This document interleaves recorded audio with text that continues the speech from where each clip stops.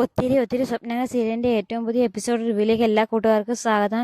അങ്ങനെ രാഹുലിനെ വിളിച്ചിട്ടെടുക്കാത്തത് കാരണം അഞ്ജു വല്ലാതെ ടെൻഷൻ അടിച്ചിരിക്കുന്നുണ്ട്.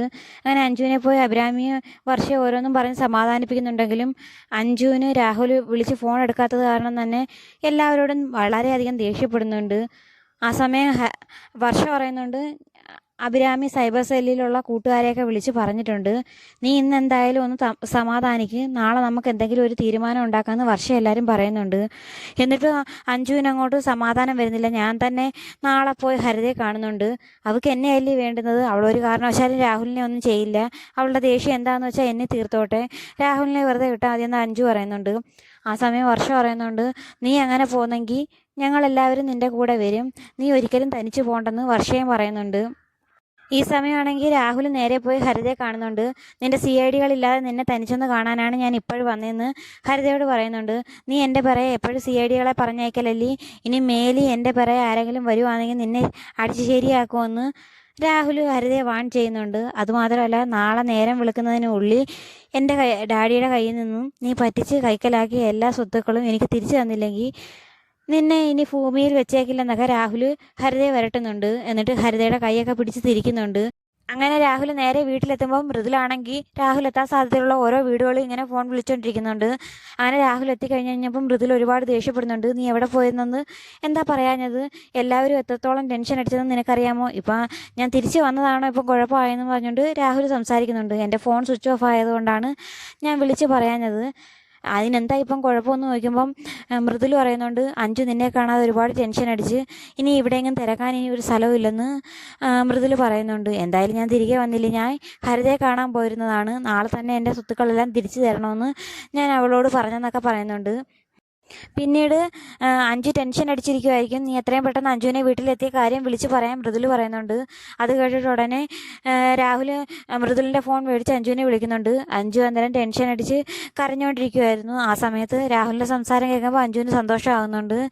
എന്നിട്ട് ഹരിതയെ കാണാൻ പോയത് കാര്യവും അതുപോലെ ഹരിത സ്വത്തുക്കൾ തിരിച്ചെഴുതി തരാൻ പറഞ്ഞ കാര്യമൊക്കെ അഞ്ജുവിനോട് പറയുന്ന സമയത്ത് അഞ്ജു പറയുന്നുണ്ട്, ഒരു കാരണവശാലും അവളത് ചെയ്യില്ല, പിന്നെ എന്തിനാണ് അവളെ കാണാൻ പോയതെന്ന് ചോദിക്കുന്ന സമയത്ത് രാഹുൽ പറയുന്നുണ്ട്, കേസ് കൊടുത്തു കഴിഞ്ഞാൽ വിധി വരാൻ ഒരുപാട് സമയം പിടിക്കും, അതുമാത്രമല്ല അവൾ പൈസ ഇറക്കി നല്ല വക്കീലിനെ ഇറക്കി കഴിഞ്ഞ് കഴിഞ്ഞാൽ കേസ് നീണ്ടു പോവുകയും ചെയ്യും, അതുകൊണ്ട് എങ്ങനെയെങ്കിലും അല്ലാതെ കിട്ടുമെങ്കിൽ അതായിരിക്കും നല്ലതെന്ന് രാഹുൽ പറയുന്നുണ്ട്.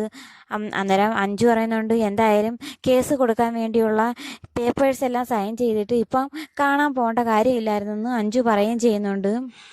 ഈ സമയം ഹരിതയാണെങ്കിൽ ആരെയോ ഫോൺ വിളിച്ച് പറയുന്നുണ്ട്, രാഹുൽ എന്നെ ഇങ്ങനെ വന്ന് ഭീഷണിപ്പെടുത്തിയ കാര്യമൊക്കെ ഹരിത പറയുന്നുണ്ട്.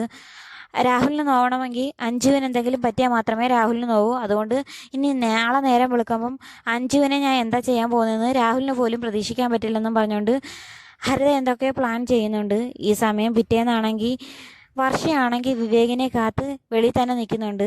വർഷയ്ക്ക് വിവേകിനോട് എന്തൊക്കെയോ തുറന്നു പറയാനുണ്ട്, അതിനായി വിവേക് വരുന്നതും കാത്തു നിൽക്കുന്നുണ്ട്. അങ്ങനെ വിവേക് വന്ന് കാറിലോട്ട് കയറുന്ന സമയത്ത് ഓടിച്ചെന്ന് വർഷ കാറിൽ കയറിയിരിക്കുന്നുണ്ട്.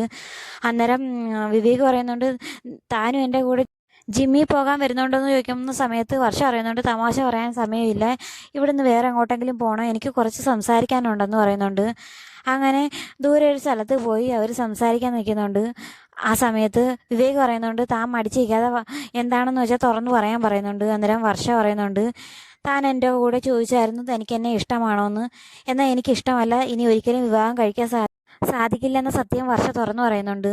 അതെന്താണ് കാര്യമെന്ന് വിവേക് ചോദിക്കുകയും ചെയ്യുന്നുണ്ട്. എനിക്ക് തന്നെ എന്നല്ല, വേറെ ആരെയും വിവാഹം കഴിക്കാൻ താല്പര്യമില്ല, അത് ഞാൻ മുന്നേ എന്നോട് തുറന്നു പറയേണ്ടതായിരുന്നു, അങ്ങനെ പറഞ്ഞിരുന്നെങ്കിൽ താൻ ഇങ്ങനെ മെസ്സേജ് ഇടുകയും അതുപോലെ തന്നെ ഇങ്ങനെ ഗിഫ്റ്റ് ഒന്നും മേടിച്ച് തരില്ലായിരുന്നു എന്ന് വർഷ പറയുന്നുണ്ട്. ആ സമയം വിവേക് പറയുന്നുണ്ട്, തനിക്ക് എന്നെ ഇഷ്ടമാണെന്നറിയാം, പിന്നെന്താണ് ഇത്ര തടസ്സമെന്ന് വിവേക് ചോദിക്കുകയും ചെയ്യുന്നുണ്ട്. ആ സമയത്ത് വർഷ ധർമ്മസങ്കടത്തിൽ ഇങ്ങനെ നിൽക്കുന്നതായിട്ടാണ് എപ്പിസോഡ് അവസാനിക്കുന്നത്. അപ്പോൾ വീഡിയോ ഇഷ്ടമായ ചാനൽ സബ്സ്ക്രൈബ് ചെയ്യാനും സപ്പോർട്ട് ചെയ്യാനും മറക്കല്ലേ കൂട്ടുകാരെ.